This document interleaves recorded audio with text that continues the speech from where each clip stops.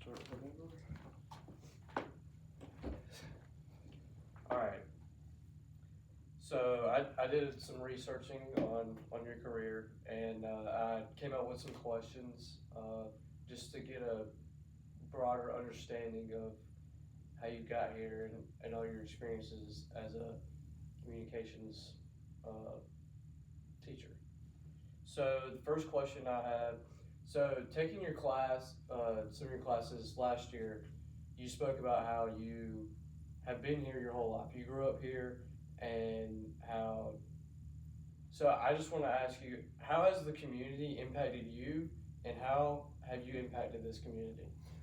Good question. It's very interesting because I've always lived extremely close to the campus and spent a lot of time, even as a kid, on campus, riding bicycles. This is where I learned to swim, in the pool, the same pool they still use, all that kind of stuff, right? Playing in the gym, playing in the racquetball courts, all kinds of things. And also some of my future professors I knew before I even got to classes here because we went to the same church. Okay. That kind of thing. And the town is important to me. My mother's family in particular has been here since before the revolution. Oh, wow. Okay. I like to point out that I'm related to about half the people buried in the cemetery next door, that kind of thing. Yeah. So it's home. This very building that we're in was my parents' school. That was the only school, Okay. right? It was first through 12 or 11. They may not have had 12 grades yet. And it's my elementary school. So, Oh, wow. it's Okay. I like to joke around that I haven't gone far in life. I literally haven't gone far in life. But yeah, the town has shaped me, and it's fun to be involved with things like the radio station, and that was a huge early piece for me as well. Even as far back as high school, I wanted to be involved in radio, but I didn't really know how to get there. And then just as an undergraduate student here at Gardner Webb, I got an opportunity to work at the campus radio station, and just never really stopped. Yeah. I went on and did other things. I had other jobs. I continued my education, but the one through line that runs through all of that is working at the radio station. So it has meant a lot to me.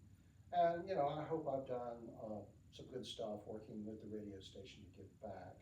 Well, I've seen it through a number of transitions, format-wise, personnel-wise. Technology has changed greatly. Yeah. We're now a streaming station and not a broadcast station. That's been a big change as well. So yeah, it's gone through a lot of things, but yet it's still been that one constant. Yeah. I knew as a student here that I really liked, particularly history, and I had this vision that someday I might teach history, and that required some grad school. But once that was done, immediately I got the opportunity to go to work full-time at the radio station, previously been part-time, and to adjunct at Gardner Webb in their, for lack of a better word, because the name's changed multiple times, night school. Yeah. And I did that for years, loved it. And then that one thing, that radio that had been such a constant for me, it started to make sense for me to teach communications classes. We physically moved the organization of the radio station from the marketing department to an academic department. Yeah. And so I became a full-time faculty member, and that's been challenging and very, very interesting as well. I love teaching. I love being in the classroom. So hopefully I've given back to the community in that way as well. Okay, good. I like that. So I guess this goes on. You said like how much media's changed. So the next question I have for you is, so you joined the media department what, in 2005? Around 2005? 2005 was when I first started teaching as an adjunct in communications. Okay. That is correct. Okay. But how do you think the media's changed since then to now? The big thing has been everything is now digital, everything's now in your pocket on your smartphone, Yeah. that sort of thing. Now, when I first started in radio, it was 1984, so 4 years. Mm-hmm. We were using vinyl albums and records, and we were using reel-to-reel tape and things of that nature. Then came the big move to CDs. That changed everything. Yeah. And then now everything is digital and streamed and all that kind of stuff. We've been streaming actually since the late 90s, which is pretty early for streaming. Yeah, I was gonna say that is really early. We weren't streaming well, but we were streaming. Yeah. We'd stream the coverage of like football games and basketball games. Yeah. And after like 10 people logged on, it wouldn't take anymore. Really? Didn't have the bandwidth. Yeah. But now that's not a problem. So, but of course, that's another thing that's changed with internet streaming. Everything went through the conference, and we no longer had to do broadcast, be in charge of the broadcast of those games. That was it was actually more relieving than anything. That was high pressure. But one of the great things is that our students, a lot of our students in the Comm Studies department, end up working with the broadcasts of the sporting events, running cameras and doing replays and all that kind of stuff. So that's cool that the students get opportunities. Yeah, that is great that students here in the comp building get a chance to get those experiences that they wouldn't get in many places. So many of our students end up working with a sports team, taking photographs, making videos. I think that is awesome. Yeah, it's just like what Abby's doing. She's taking photos for soccer, baseball team. Like she's doing all that now. So it's a great experience.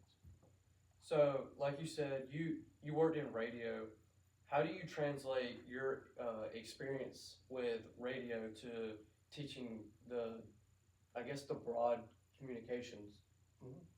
Well, when I teach, for instance, when I teach technology in American society, I actually depend more on my background in teaching history. Yeah. Because as I see technology in American society, that class, the way it's structured, it's the history of mass media in America. Yeah. So I teach it very much as a history class. Now, when I'm teaching announcing or audio production, then that's very obviously related to the background in radio. Yeah. Okay. How did you get into communications? By working in radio, actually, and then teaching history, and then suddenly the ability to combine both of those things beginning in 2005, worked really, really well. My master's degree is actually in history, not in Did you get your master's here at Gardner Webb? That was at UNC Charlotte. UNC Charlotte, okay. Got master's in history there, was teaching history, still working part-time in the radio realm, and then full-time in the radio realm. But the very first thing that this department brought me in to do was to teach technology in American society. Really? Because they could see the pairing of the history and the experience in mass communications to a classroom setting. And then from there, it's just a natural progression into teaching announcing, audio production, and classes of that nature. The most recent speech, because a lot of speech is the ability to, it's very related to announcing and broadcasting. So that made sense. And then the most recent classes that I've taught, sort of different from that, is digital media convergence. Some of that, as you remember, because you were in the class, has to do with creating audio, manipulating sound files. Photoshop But there's also that, and that was new to me, teaching a little bit of introduction to sort of the graphic design realm and photography and things of that nature. There was a bit of a learning curve there for me, but thanks to my colleagues, I managed to get through that pretty well, and now I've taught that for years. And so I didn't teach it this semester, but I'm going to be teaching 2 sections of it next semester. Okay, yeah, I was about to say, because it was different when I took it. I thought it was very different, considering I've never done anything on that side of anything like that. And it was kind of confusing at first, just like really the editing and trying to get, what is it, Adobe? Mhm. Trying to understand Adobe, that was really like, I don't know, it was weird. It was like, I don't know, there was just so much going on in the software that once you broke it down, you could understand it better. Well, what's interesting about that is that if what you've done in the past, what you're interested in, or what you've done in the past is the traditional walk into a classroom, sit down, teacher talks, Yep. you take notes, then you take a test, maybe you write a paper. Yeah. A lot of the classes in communication studies are different than that. They're project based. Yeah, they're all hands-on. Make this thing, create this thing. Yeah. And that there is a learning curve there. A lot of students, like the one thing that I insist upon is like, you choose your topic. Here's what I want you to do and how I want you to do it. Yeah. Your topic should be within these parameters, but you choose the topic. So many students have trouble with that. They're like, Yeah. just tell me what to do it on. I'm like, no, I'll sit down and have a conversation with you, Yeah. and we'll figure it out. But you choose the topic. Yeah. The other thing that a lot of students in these project-based classes, whether it's art or whether it's photography or video or whatever, is the peer critiquing, where you show what you've done and then we all talk about it. Mhm. That's hard for a lot of students to get used to. Yeah, because not many kids are used to like being the center of attention of class and being able to speak in front of the class. Mhm. And luckily for me, I don't have a problem with that. But as some of my peers, I can notice that they're having a hard time of speaking in front of class. But as the classes went by, they obviously got better and more comfortable with that. So I guess my last question I have to ask you is, what's your favorite thing to teach in communications? I really still, the very first communications class I taught was technology in American society. Yeah.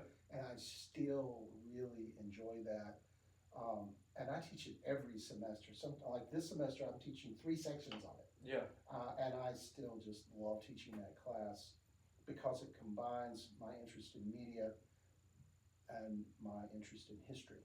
Yeah. And so I get the best of both worlds there. Yeah. I will confess that when we get to the section on radio and the section on recorded music, the music Yeah. industry, that I really geek out on that. Yeah. I look forward to it every semester. Because when I took it last year, the music part is what I found the most interesting because I'm a history buff myself, and just like that old music, like I don't know, that stuff like that just speaks to me, and like because not many people really talk about, like, especially my age, not many people talk about like records and like Elvis and like Right. just like stuff like that. So for having a class like that, it was really a fun class. Yeah, I look forward to it. I enjoy it. Some of the students respond very, very well to it. Some others probably, it's not fill in the blank from somebody from the current top 30. Yeah.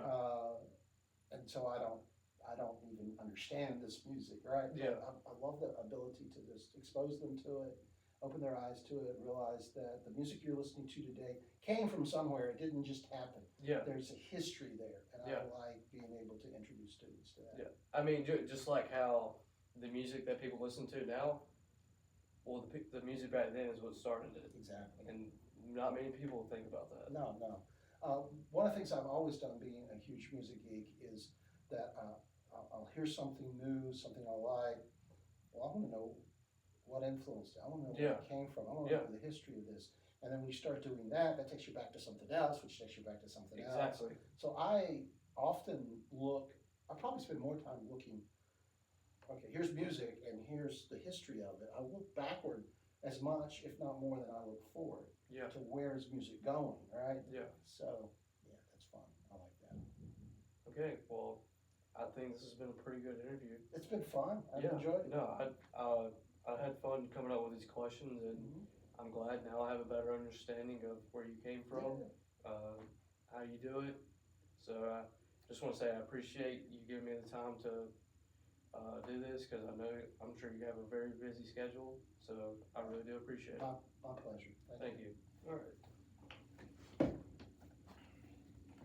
So I'll get that edited, and then if you want to, I can send it to